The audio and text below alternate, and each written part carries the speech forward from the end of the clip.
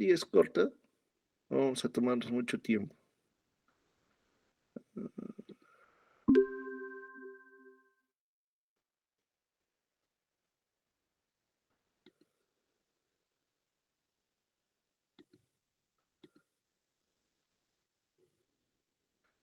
¿Están mirando la pantalla? Sí, doctor. Ya está. Bien, ¿se mira?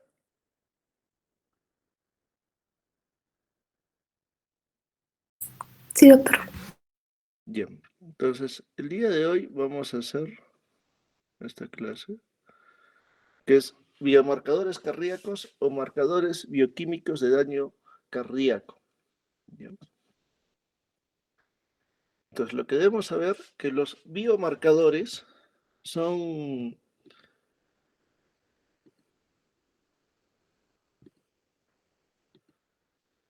proteínas específicas que se liberan al torrente sanguíneo cuando ocurre un daño en células miocárdicas, como puede suceder en el infarto de miocardio.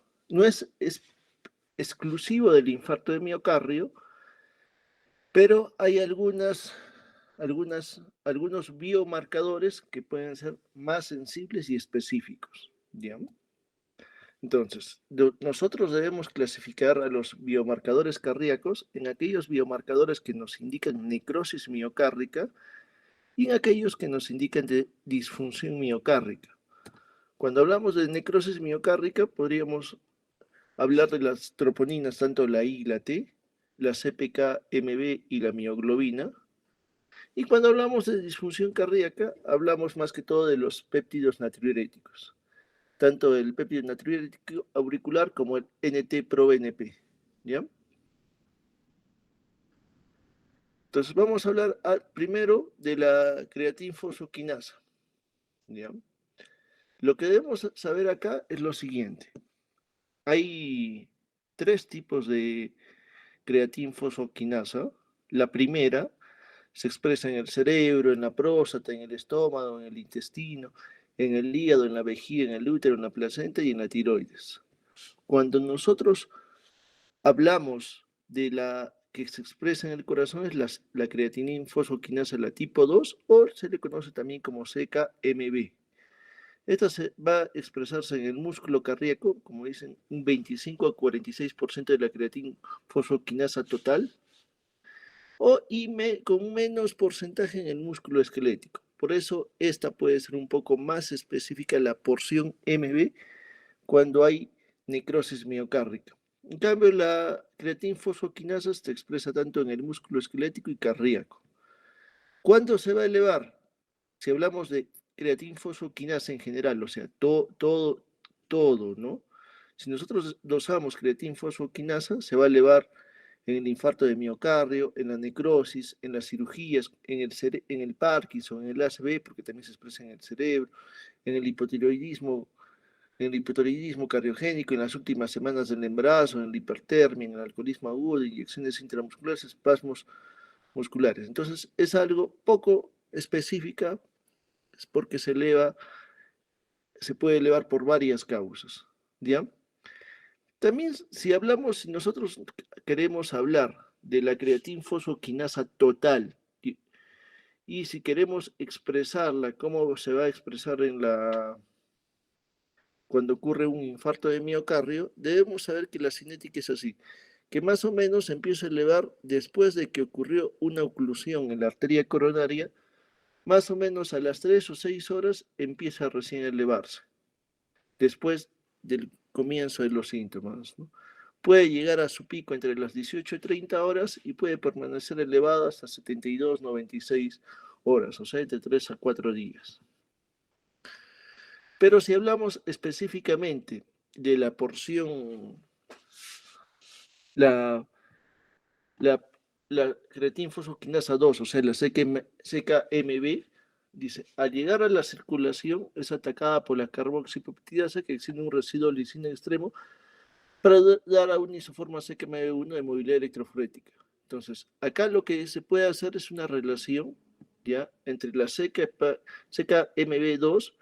y la porción extendida. Si es más de 1.5, indicaría un infarto agudo de miocardio con gran sensibilidad. Lamentablemente, cuando pedimos nosotros un examen, solo nos van a dar la seca MB2, ¿no? La creatina fosfoquinosa, la porción MB. Y para eso tenemos que saber lo siguiente. Se empieza a elevar más o menos entre 3 y 6 horas. Su valor máximo es a las 12 o 24 horas. Se normaliza entre 48 y 72 horas. Es importante saber esto, ¿no? Porque imagínense un paciente que llegó con un infarto. Si yo le saco, le pido, el paciente dice, estoy con dolor de pecho desde hace 4 horas. En teoría, si es que todo inició hace 4 horas, yo debería encontrar más o menos la CK-MB ya elevándose. Y quizás la troponina aún podría estar negativa o recién también comienza a elevarse. Pero ¿qué pasaría si encontramos al paciente con troponina elevada en rangos de infarto, pero la CK-MB normal?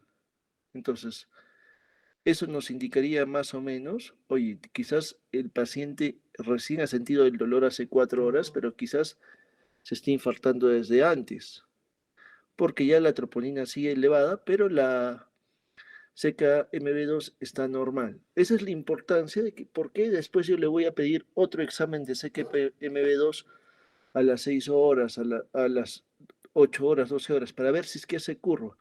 Y la curva debería ser como esta, ¿no? Que el paciente, la CPKB sube, más o menos llega a su pico entre las 12 y 24 horas y luego va a bajar.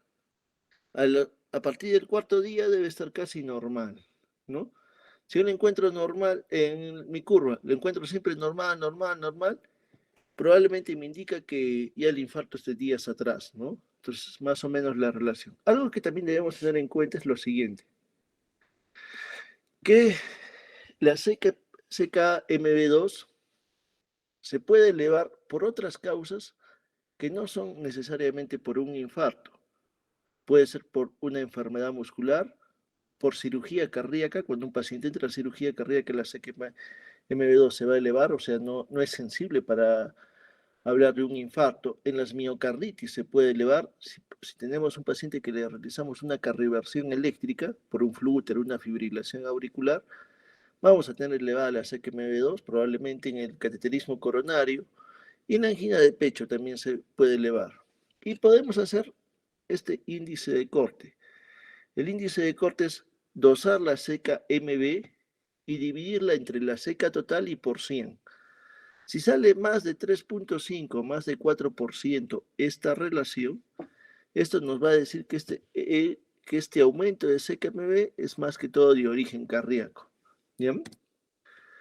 Patrones, algo que también debemos saber. Cuando se eleva la CK-MB, que es este de acá, realiza este patrón, sube 12, 24 horas, baja. En cambio, si se eleva una CK-MB esquelética, que sería la tipo 3, va a subir y va a ser una meseta por varios días, ¿sí? Entonces, una meseta y no va a bajar rápidamente. Entonces, esta es la diferencia entre la CK-MB de origen miocárdico y la que es de origen esquelético. Cuando hablamos de troponina, debemos recordar cómo está formada la fibra miocárdica. Y la fibra miocárdica tiene elementos de tropomiosina, tiene los elementos de actina, y aparte hay el complejo troponina. Hay el complejo troponina T, troponina I y la troponina C. ¿Ya? Y nosotros sabemos que cuando ocurre un infarto, lo que vamos a dosar es la troponina T y la troponina I. Entonces la pregunta vendría, doctor, ¿y por qué no dosamos la troponina C? No dosamos la troponina C porque la troponina C casi no es exclusiva del músculo cardíaco, también está presente en el músculo esquelético. Entonces, si nosotros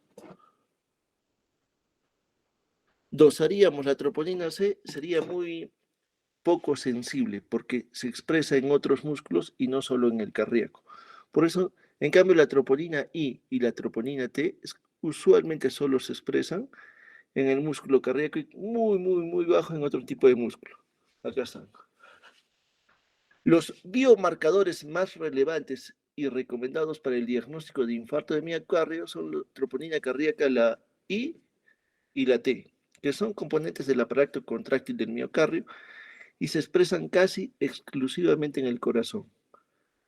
Esto es importante, miren, la elevación de troponinas por encima del perceptil 99 de su límite superior de referencia con dinámica de ascenso o descenso es el criterio central para definir daño miocárdico agudo y establecer un diagnóstico de infarto. Cuando hagamos la clase de infarto en semiología, también vamos a reforzar este tema, ¿ya? Pero en realidad, toda población debería tener un perceptil 99 de su troponina. No son iguales las poblaciones. Imagínense que la población peruana tiene su perceptil 99, no sé, en 10. En cambio, la población española tiene en 20. Entonces, para la población española, 10 sería normal, pero ya si es un peruano ya no sería normal. Entonces, por eso se sugiere que cada población debería tener su perceptil para saber cuándo es elevado. ¿Ya? Lamentablemente en el Perú no hay perceptiles y utilizamos otros perceptiles de poblaciones parecidas. Pero para yo hablar de que la troponina está elevada, tiene que estar por encima del perceptil 99. Es como, si se recuerdan, la campana de Gauss debe estar por encima del perceptil 99. ¿Ya? Y si es que nosotros le encontramos que está elevándose, tiene que estar elevándose por encima del percentil 99. Si está bajando, también por encima del percentil 99. Vamos a verlo en la siguiente gráfica. Las troponinas presentan alta sensibilidad y especificidad para daño miocárdico y los ensayos de alta sensibilidad son el estándar actual en la práctica clínica. Ya, esta es la imagen que les quiero mostrar. Miren, esta línea de acá representa el límite superior de referencia de troponina. Y acá está el nivel de troponina normal. Cuando nosotros hablamos de un daño agudo o una injuria aguda, una injuria miocárdica aguda, cuando se eleva la troponina por encima del perceptil 99. Se eleva, se eleva, se eleva, se eleva. En ascenso o en descenso, que empieza a descender, pero siempre por encima del perceptil 99. Y poco a poco va bajando. Entonces, cuando es un daño agudo, va a cumplir esto. Sube, llega a la meseta y ahí rápidamente empieza a bajar. En cambio, puede haber algunos otros casos donde hay elevación de la troponina en forma crónica. Y miren, está por encima del percentil 99, pero está constantemente elevado. Son en aquellos casos donde, como lo dice acá, hay un daño miocárdico crónico. Por ejemplo, pacientes que están en enfermedad renal crónica definitiva, ellos tienen daño renal miocárdico crónico. Entonces, en ellos, para cuando yo hable de un infarto, usualmente no me va a servir el perceptil 99 porque ya constantemente tienen elevada la troponina. En los pacientes que están en enfermedad renal crónica, sería adecuado en ellos tomarles siempre un nivel de troponina inicial cuando no tienen síntomas, para saber más o menos cuál es la base de ellos, porque tienen una injuria miocárdica crónica, y si es que nosotros luego miramos un paciente con enfermedad renal crónica que viene con dolor, con cambios en el electro, y que aumenta su troponina en relación a su base que él tenía previamente, ya eso sí nos podría orientar a pensar si es que está teniendo un daño agudo en base de su daño crónico que ya tiene. Otro ejemplo son a pacientes inmunosuprimidos, aquellos pacientes que tienen enfermedades autoinmunes, que tienen daño miocárdico crónico, aquellos pacientes que tienen enfermedad inflamatoria crónica, algunos pacientes que tienen neoplasias, entonces ellos tienen troponina constantemente elevada y eso se denomina injuria miocárdica crónica, más no un infarto, porque no hay naturaleza de infarto. Vamos a hablar primero de la troponina I. Cuando hablamos de la troponina I, existen tres isoformas, la que está en el músculo cardíaco, la que está en el músculo estriado lento, la que está en el músculo estriado rápido. Las isoformas cardíacas se expresan tanto en las aurículas como en los ventrículos. Su cinética empieza a elevarse 3 a 4 horas, lesión mayor y menor, valor máximo de 12 a 20 horas y se normaliza, miren, 7 a 9 días. Entonces la troponina va a terminar en bajar más o menos hasta el 9º día. ¿Qué pasaría si nosotros estamos haciendo curva y está bajando la troponina y en algún momento miramos que otra vez empieza a subir, otra vez empieza a subir? O que la CPKMB, que ya sabíamos que a las 72 horas debe estar bajo, al cuarto día, quinto día, empieza a subir. Entonces, hacer esta curva me permite ver si es que el paciente en todo ese tiempo no está presentando un reinfarto. Por eso es importante saber cuándo la troponina llega a su meseta y cuántos días tarda en bajar. Se normaliza en 7 a 9 días. Usualmente la troponina I es absolutamente cardioespecífica. O sea, si hay elevación de la troponina I y está por encima del perceptil 99, lo más probable es que venga del corazón. ¿Ya? Esto es lo mismo que hemos explicado. Entonces, lo mismo, la troponina T, que es el otro tipo, empieza a elevarse a las 4 o 6 horas. Si se dan cuenta, la troponina I se eleva mucho más rápido, 3 a 4 horas. Permanece elevada similar a la troponina I, 3 a 20 horas, pero esta tarda más días, ¿no? De 10 a 14 días en normalizarse. En cambio, la troponina I, hasta 7, 9 días. ¿Ya? En la troponina T sí nos pueden dar un resultado cualitativo, es decir, es positiva o es negativa. Usualmente no nos sirve demasiado, siempre queremos que sea cuantitativa. En cambio, la troponina I siempre nos van a dar valores. Pero también la troponina T es un poquito más inespecífica porque se va a elevar en pacientes dializados por regeneración muscular y en enfermedad cerebrovascular se puede elevar la troponina T. Esto ya lo hemos hablado, ¿no? Un cambio significativo entre dos valores seriados depende del tipo de ensayo. Para troponinas convencionales se considera relevante un cambio mayor o igual de 3 veces por desviación estándar. Acá quería explicarles algo. Cuando se dosa troponinas, hay dos tipos de ensayo que se hace a nivel de laboratorio. Hay troponinas convencionales, pero también hay troponinas ultrasensibles, ¿ya?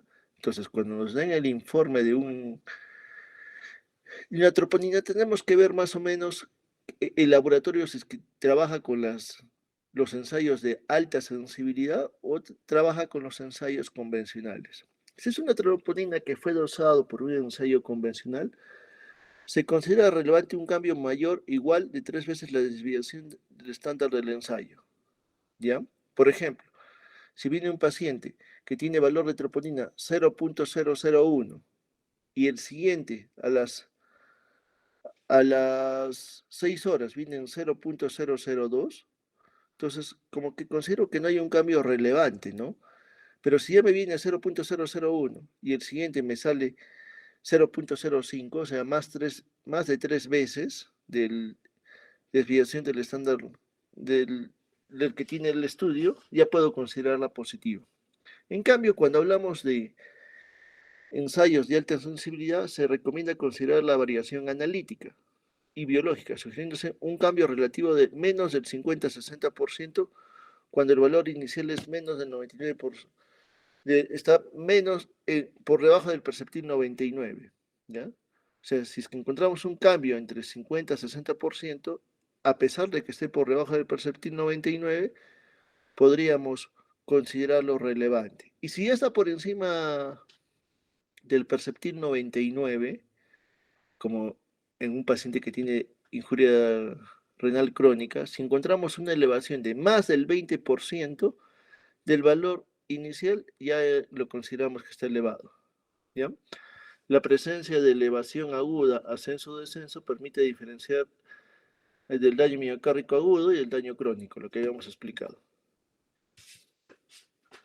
Esto es importante, miren, En el diagnóstico de síndromes coronarios agudos, las guías del American College of Cardiology recomiendan medir troponina cardíaca I o T al momento de la presentación, cuando el paciente recién llega a emergencia. Sí, y aquí es también importante algo. Imagínense que el paciente llega a la emergencia. Le sacamos el electrocardiograma. El electrocardiograma es típico de un infarto agudo de miocardio, ¿no? Con supra-ST, el paciente tiene la clínica, dolor torácico, opresivo, pero la troponina me salió negativa o me salió en el límite. Entonces, si yo tengo, si bien, esto sí, si bien la definición de infarto agudo de miocardio me dice que tengo que tener elevación de troponina con cambios electrocardiográficos, ¿ya? Este caso que les he explicado escapa un poquito de la teoría, ya entra a criterio médico, ¿no? Si yo tengo un electro típico de un infarto, donde he descartado que el paciente tenga disección de aorta o que tenga miocarditis, probablemente con ese electro y con la clínica puedo empezar ya con una terapia para tratar de liberar el trombo que obstruyó la coronaria, sea con trombolisis o llevarlo a ese paciente a cateterismo cardíaco. Pero igual le repetimos la troponina a las 3 o 6 horas. Han habido muchos pacientes que han llegado con troponina negativa, los hemos trombolizado y a las 2 horas recién empieza a subir la troponina, ¿no? Porque justo a veces podemos encontrar, justo le hacen el examen en el momento justo que se está elevando. O el paciente viene, acá hemos dicho que la troponina se empieza a elevar más o menos entre las 3 a 6 horas, ah, tanto la troponina I, la troponina I que se eleva a las 3 o 4 horas, como la troponina T, que está por acá, que se eleva a partir de las 4 o 6 horas. Si el paciente justo vino en la hora 3, es cuando recién se empieza a elevar la troponina y quizás la pescamos todavía cuando está cerca del perceptil 99, pero ya está siguiendo cinética de elevación. Entonces, no vamos a cometer el error que tenemos un paciente y que ha pasado, que tiene electro, que es sugerente de infarto de miocardio típico, tiene dolor torácico, pero la troponina salió negativa. Y, oye, si le repitas a la media hora, esa troponina va a salir positiva. En otros países, lo que hacen es, usualmente, si tienen una troponina negativa y la sospecha es alta de infarto, le solicitan otra troponina a los 10 minutos, a los 15 minutos, y los resultados salen en menos de 2 minutos. Acá, lamentablemente, no podemos hacer eso porque nuestro resultado sale muy tarde después, ¿no? ¿Bien? Pero, espérenme un momentito, muchachos, que me están llamando, no sé dónde.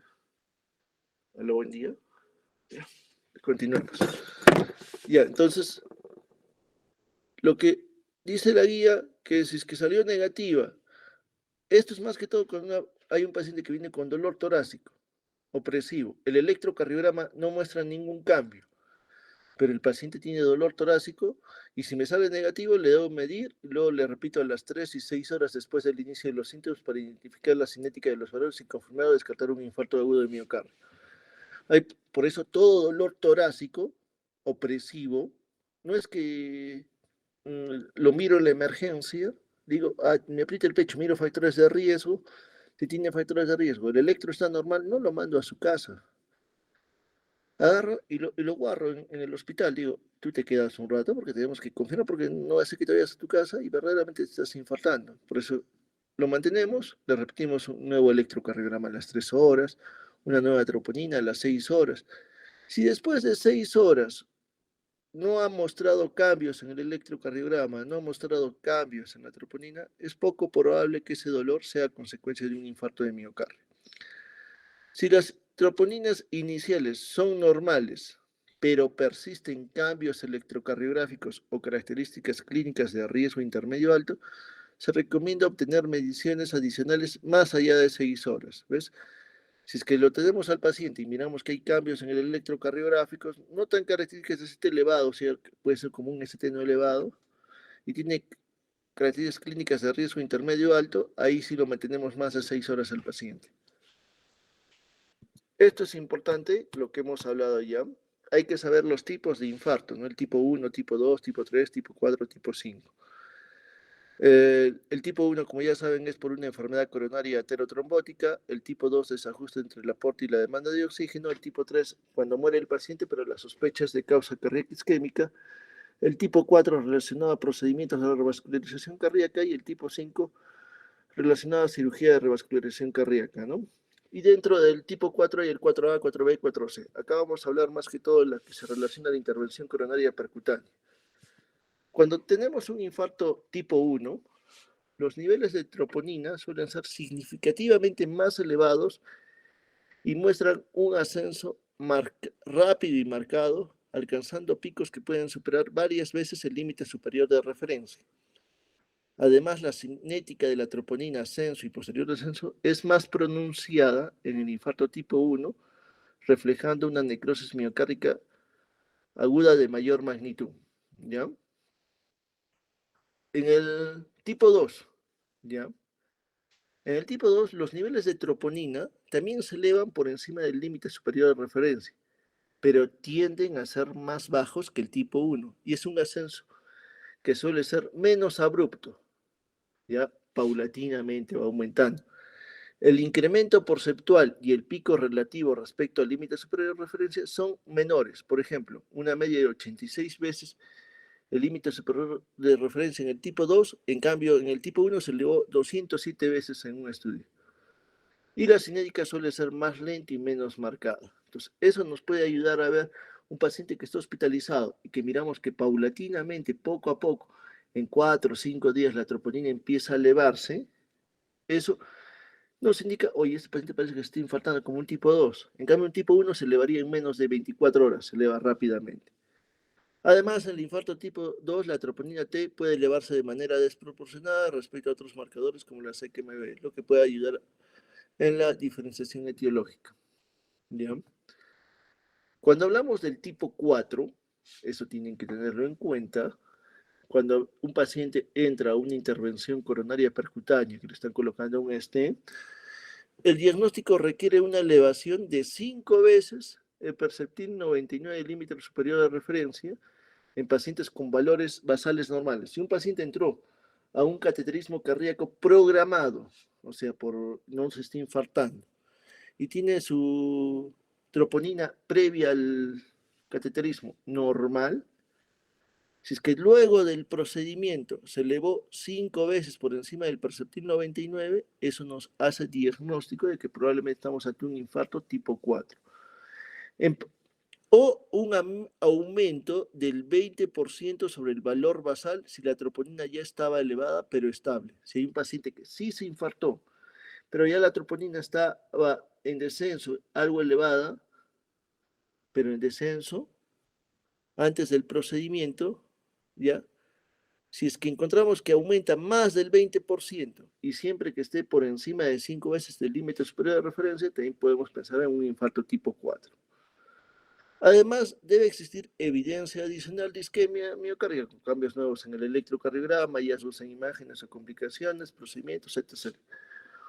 Esto es importante, miren, un aumento aislado de troponina post procedimiento solo indican lesión miocárdica, pero no es suficiente para diagnosticar infarto tipo 1 sin los criterios adicionales. O sea, si se elevó la troponina, pero no hay cambios en el electrocardiograma, no hay cambios en las imágenes, en las complicaciones, no es infarto. Tienen que siempre haber los otros criterios adicionales de isquemia.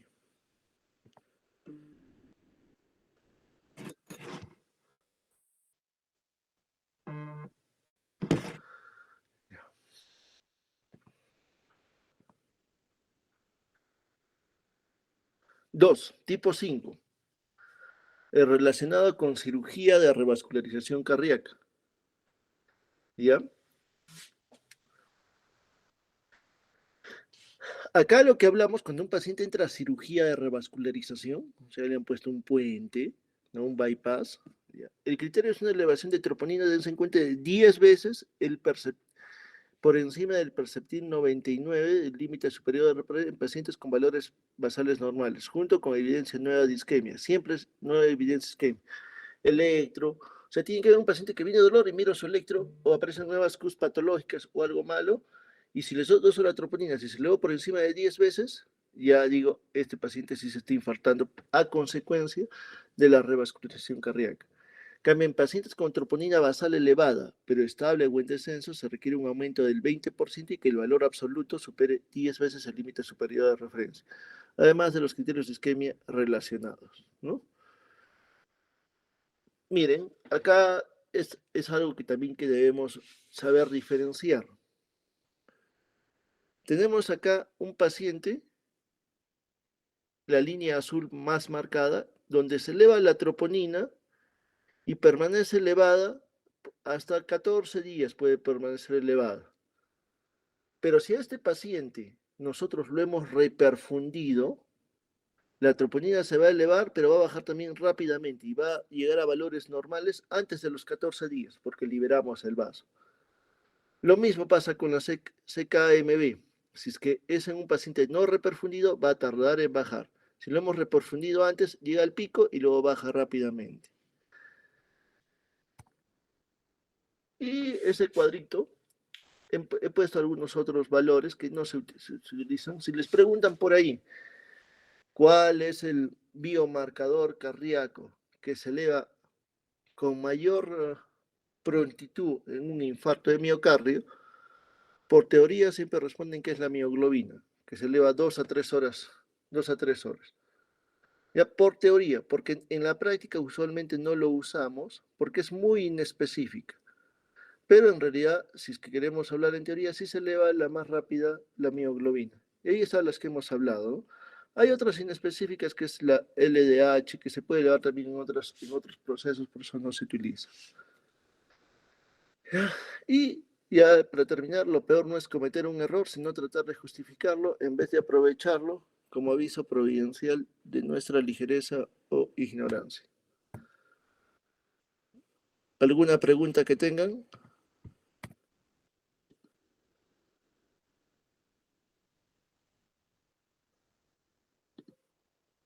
No, no, doctor. Ya, perfecto. Entonces, estudien, tengan una buena tarde y ya quedo con su compañera cuando hacemos las 2 clases de semiología pendientes, que esas sí me gustaría hacerlas presencialmente. Tengan un buen día, estudien siempre, cuídense. Buen día, profesor. Hasta luego, doctor. Muchas gracias. Buen día, doctor.